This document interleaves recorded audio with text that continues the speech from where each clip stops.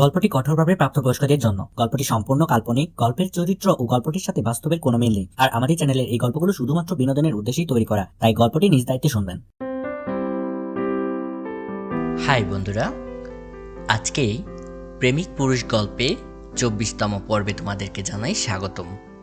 রওনা রূপায়ের জাহিদের লেখা এই বিশেষ ধারাবাহিক গল্পটির তোমরা যদি আগের পর্বগুলো এখনও না শুনে থাকো, তবেই আমার দেওয়া ডিসক্রিপশনের লিঙ্ক থেকে অবশ্যই গল্পটির আগের পর্বগুলো শুনে নেবে, কেননা গল্পটির এই সকল সুন্দর সুন্দর মুহূর্তগুলো তোমরা মিস না করে যাও। তাহলে আর দেরি কিসের, এখনই হেডফোন পরে বসে পড়ো। শুরু করছি আজকের পর্ব, প্রেমিক পুরুষ, পর্ব 24। পারছি না নিজের সাথে পেরে উঠতে। আজ আহাত ফিরলে তাকে শক্ত করে প্রশ্ন করব সে কি চায়। তাকে যেন এক কুল বেছে নিতে হবে। হয় ওই শুদ্ধ সমাজকে পেছনে ফেলে আমার মতো একজন ছেলেকে নিয়ে থাকতে হবে, নয়তো চিরতরে আমাকে তার জীবন থেকে মুক্তি দিতে হবে, শেষ করে দিতে হবে এই দ্বিধাদ্বন্দ্বের দেয়াল।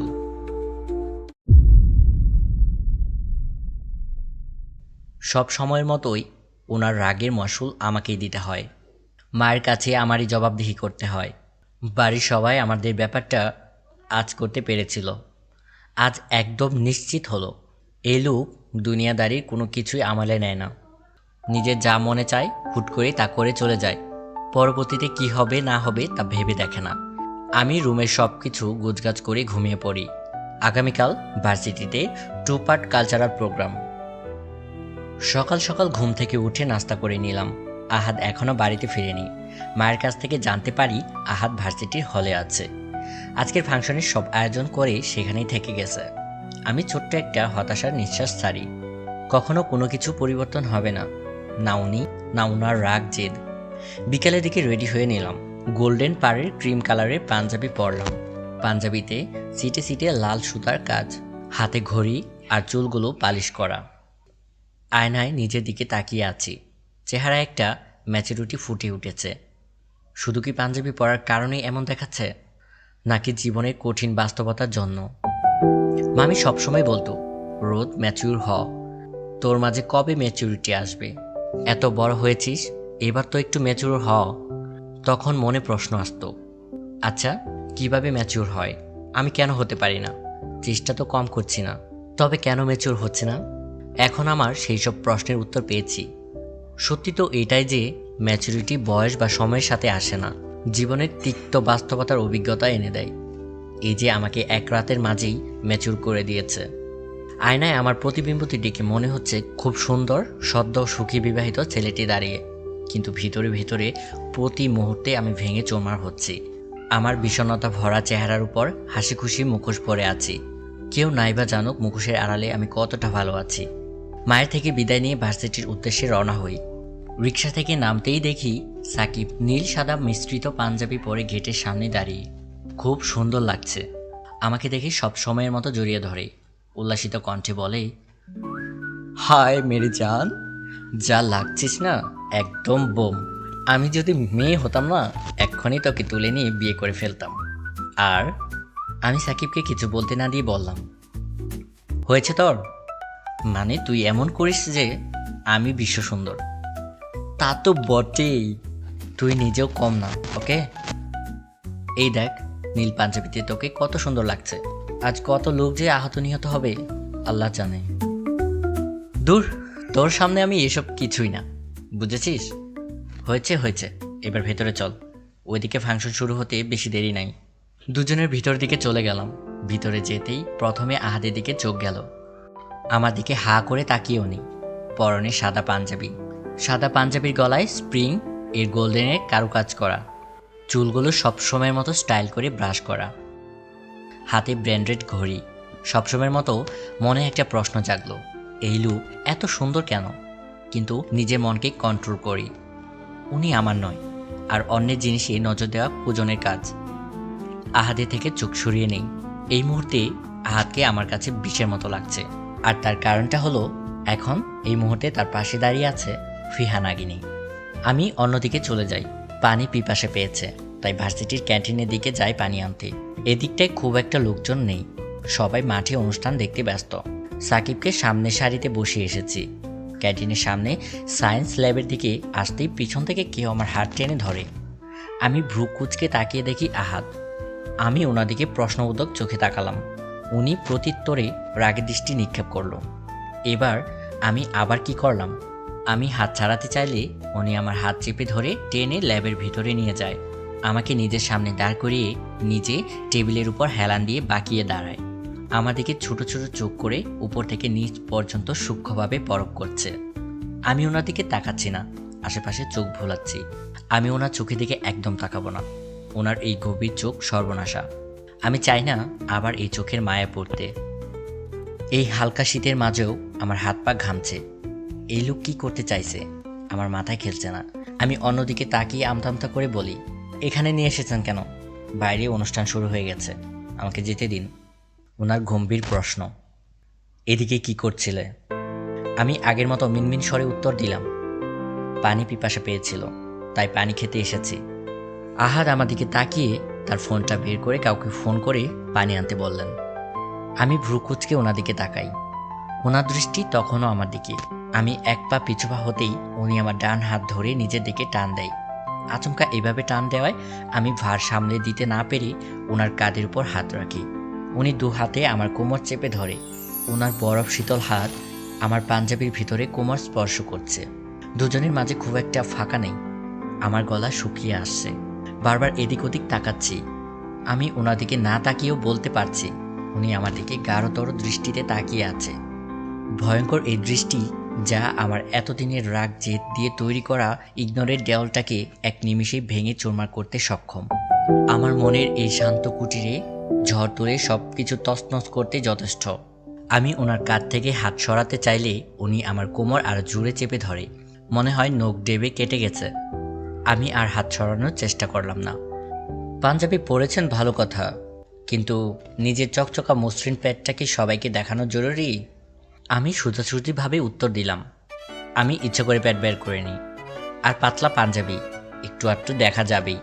আর তাছাড়া আমি তো মেয়ে নই যে প্রবলেম হবে প্যাড দেখা গেলে। উনি ধমকে স্বরে বলেন, শোনো ছেলে, সারা দুনিয়া জানে তোমার গঠন আকৃতির ছেলে। তোমার মন তো জানে আসলে তুমি কে। মনকে উপেক্ষা করে এই দুনিয়ার মাঝে নিজেকে পুরুষ প্রমাণ করতে যেও না। দিনের আলোতে হয়তো তারা তোমার পুরুষালী শরীর দেখতে পাবে, কিন্তু রাতের অন্ধকারে তোমার নীরব যন্ত্রণায় কতটা কাতর হতে হয় তারা কি তা দেখে? আমি কিছু বললাম না, চুপ করে থাকলাম। উনি আবার বললেন, নারী পুরুষের ভালোবাসায় সুখী, আর পুরুষ নারীর ভালোবাসায়। এই ভালোবাসা যুগ যুগ ধরে। তবুও কিছু পুরুষ তাদের অস্তিত্ব, সুখ, ভালোবাসা অন্য পুরুষে খুঁজে। কিন্তু কিন্তু কেন খুঁজে তা যদি এই সমাজ জানতে পারত, তাহলে দেহকে উপেক্ষা করে মনকে আগে মূল্য দিত। এই শহরে লিঙ্গ বৈষম্য থেকে মনের অস্তিত্বকে আগে খোঁজা হতো। আফসোস, তারা তা জানে না। তবে ছেলে, তুমি তো জানো, তাই নিজের শরীর এভাবে লোক সমাজে প্রকাশ করো না। শোনো ছেলে, তোমার এই পুরুষ আকৃতির শরীর অন্য একটা ছেলেকে বাঁচতে শেখায়। যেখানে হাজার হাজার নারী, তবুও কিছু পুরুষ তোমার মতো শরীরেই নিজের সুখ খোঁজে, তাই না? তাই তা নষ্ট করার অধিকার তোমার নেই। হঠাৎই কেউ দরজায় টোকা দেয়। আহাত কোমর থেকে হাত সরিয়ে সামান্য দূরে দাঁড়ায়, কিন্তু এখনও আমার খুব কাছেই রয়েছে। কেউ দেখলে কেলেঙ্কারি হয়ে যাবে। আমি দূরে যেতে চাইলে উনি গম্ভীর কণ্ঠে বললেন, কাল কি বলেছি কথা কানে যায়নি? বউ তুমি আমার, কেউ দেখলে দেখুক।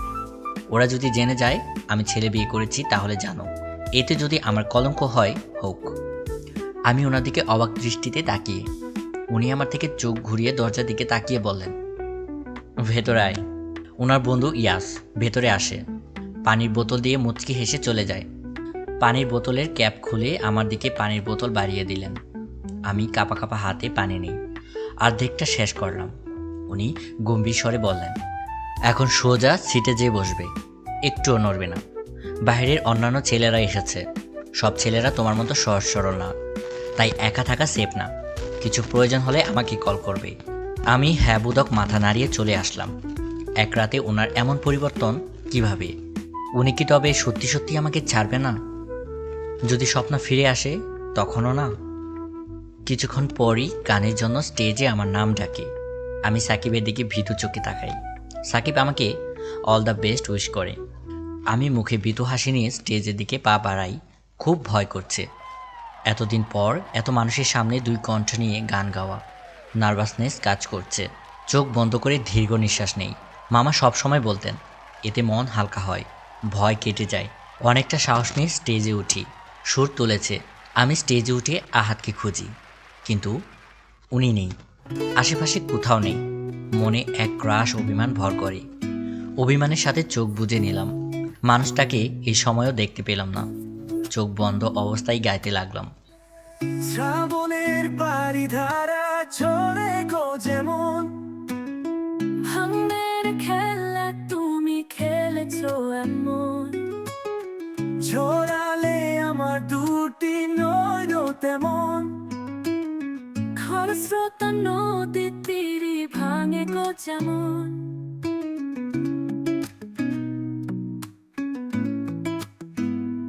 দাওনি আমায় প্রেম দিয়েছ প্রেমের নামে মৃত্যু ভয় কেন যে কাঁদাতে মন, তোমারই সাথে হলো এই পরিচয়।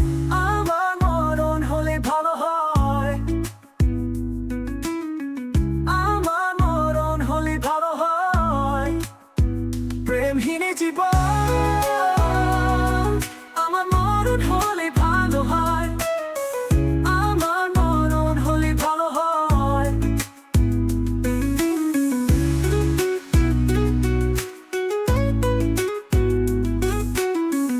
আমার মরণ হলে ভালো হয়।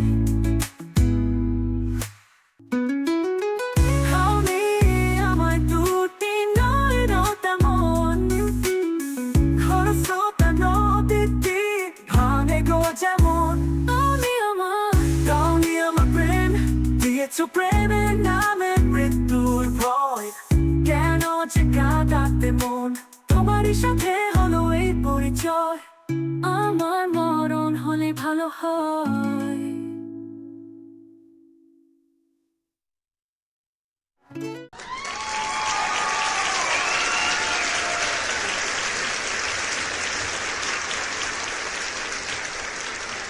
পুরো গান শেষ করে চোখ খুলে তাকাই, শত শত হাততালির আওয়াজ। গান গাইতে গাইতে কখন যে চোখের কোণে জল জমেছে টেরই পাইনি।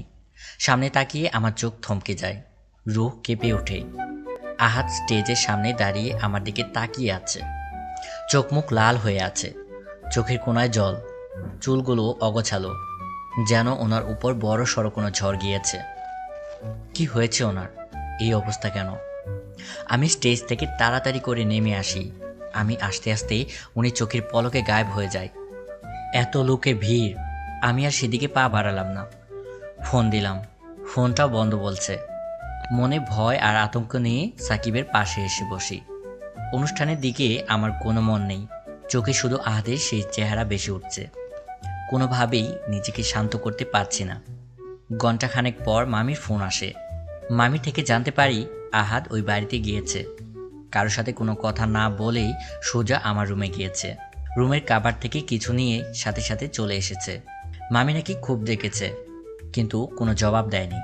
খুব রেগেছিল। এখন আমার খুব ভয় হচ্ছে, কি করব মাথায় আসছে না। ফোনটা বন্ধ। আরও 1 ঘন্টা কেটে যায়।